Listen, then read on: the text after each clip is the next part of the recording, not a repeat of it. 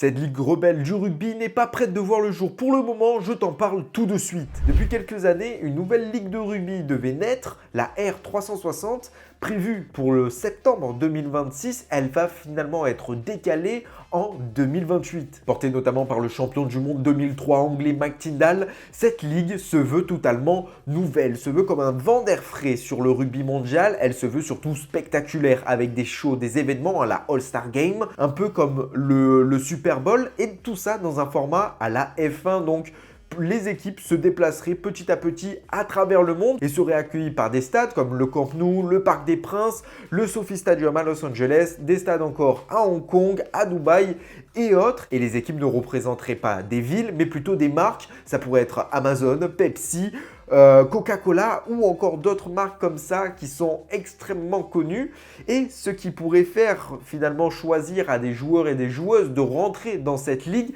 ça serait évidemment le calendrier qui serait à 12 voire 16 événements par an, mais aussi des salaires plus importants que dans les championnats classiques comme le Top 14, la Premiership ou encore évidemment l'URC. Si sur le papier ça peut convaincre joueurs, joueuses, spectateurs, les fédérations sont totalement contre. En début octobre, la France, l'Afrique du Sud, la Nouvelle-Zélande, l'Angleterre, l'Irlande, l'Australie, l'Écosse et l'Italie se sont rejoints pour annoncer que si un joueur ou une joueuse rejoignait cette ligue, eh bien il serait totalement inéligible à la sélection. La Ligue nationale française de rugby a même annoncé que la R360 était comme une concurrence déloyale finalement au championnat classique et notamment au Top 14 ou encore à la Pro D2. En tout cas, il faudra attendre juin prochain avant que World Rugby donne sa décision s'il faut autoriser ou pas la R360, parce qu'il y a plusieurs problématiques, notamment sur les créneaux de ces événements qui tomberaient en même temps que des tournois majeurs, la Coupe du Monde, le tournoi destination, mais surtout aussi la Coupe du Monde des clubs qui doit bientôt voir le jour, mais aussi le Women 15 Global Series. Et toi, que penses-tu de cette R360 ? Est-ce qu'elle va voir le jour ou non ? Est-ce une bonne chose ou non ? Dis-le moi en commentaire.